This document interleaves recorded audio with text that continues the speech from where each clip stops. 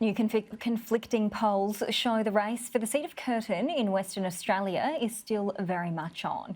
Seen as a blue ribbon stronghold, Curtin has only been held by a non-Conservative member once, an independent back in 1996. But a fresh challenge from a climate-linked independent has put the once safe Curtin back on the radar. If Curtin was a colour, it would be blue, but independent candidate Kate Chaney is hoping to turn this ocean-side electorate teal. And a new poll by the Uttering Research Group says she's in the running to do just that.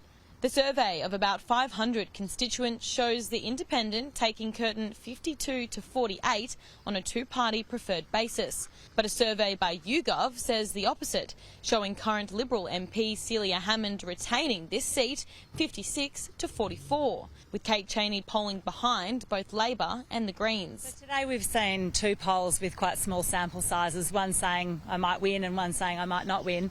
It just confirms what we know, which is that it's going to be very, very close. Kate Chaney has strong ties to the Liberal Party. Her grandfather was an MP for former Prime Minister Robert Menzies. Despite these family links, Ms Chaney says in the case of a hung parliament, her vote is not decided.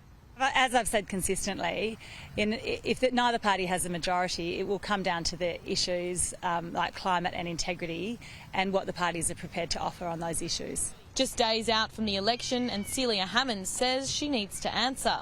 The Climate 200 backed candidates who are going out on a campaign of integrity and trust, they should be revealing and they should be quite clear and transparent about who they are going to represent if there is a hung parliament. Former Western Australian Liberal Premier Colin Barnett cast his vote for Celia Hammond at pre-polls on Wednesday and says despite Western Australia traditionally being a more conservative-leaning state, he does see a number of current Liberal-held seats falling into Labor's hands. The other issue that I think Scott Morrison and the Liberal Party have got is that they have been in power for 9 years. That's a long time. And they've also seen a number of very popular and effective ministers resign and leave politics for a whole range of reasons. Christian Porter, Geordie Bishop. With polls officially opening on Saturday, both candidates are out with the same goal.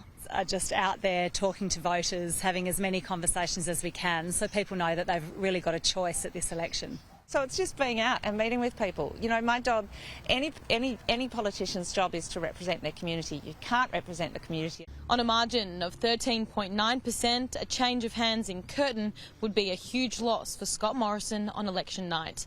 Holly Edwards-Smith, Sky News, Perth.